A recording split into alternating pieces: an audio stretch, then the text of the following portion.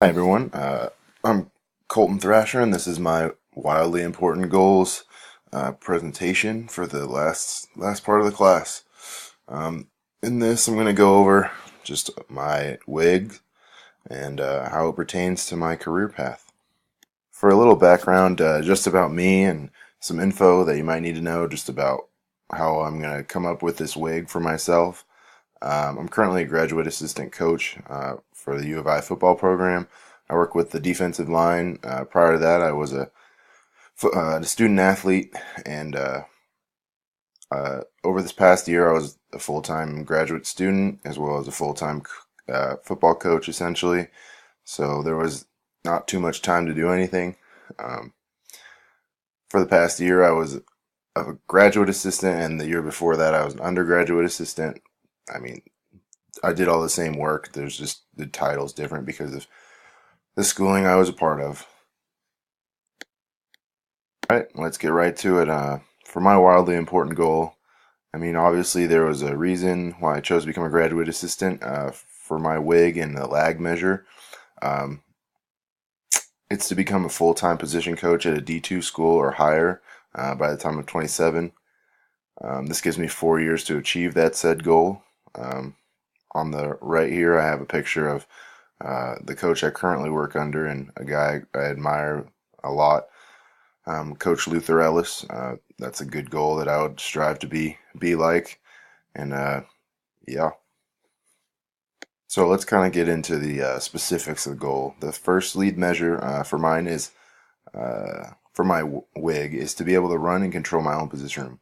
As a GA, you don't get really many opportunities to do coaching independently, kind of independently from your full-time coach that you work under, whether that be on the field or in the meeting room. Um, so you must always be observant, take advantage when your position coach does let you take the reins over the room, and take note of what works well and what doesn't, what you've noticed, kind of to try to develop your coaching style. Head coaches aren't looking to hire people that they don't think that they can handle their own position group. So that's a very important aspect of becoming a good position coach for any football team. Measure it's to be able to run a practice seamlessly while always being able to better my student athletes that I'm coaching.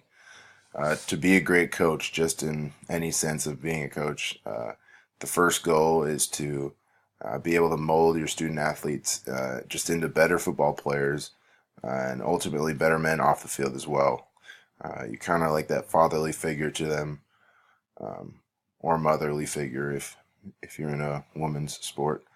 Um, but the best coaches always have concise coaching points that they're able to give on the field.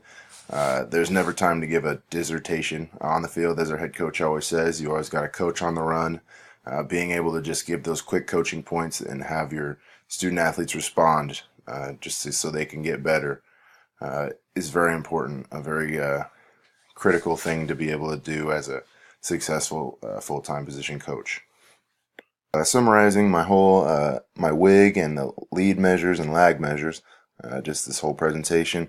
My wildly important goal in lag measure is to become a full-time position coach at a D2 school or higher by the age of 27.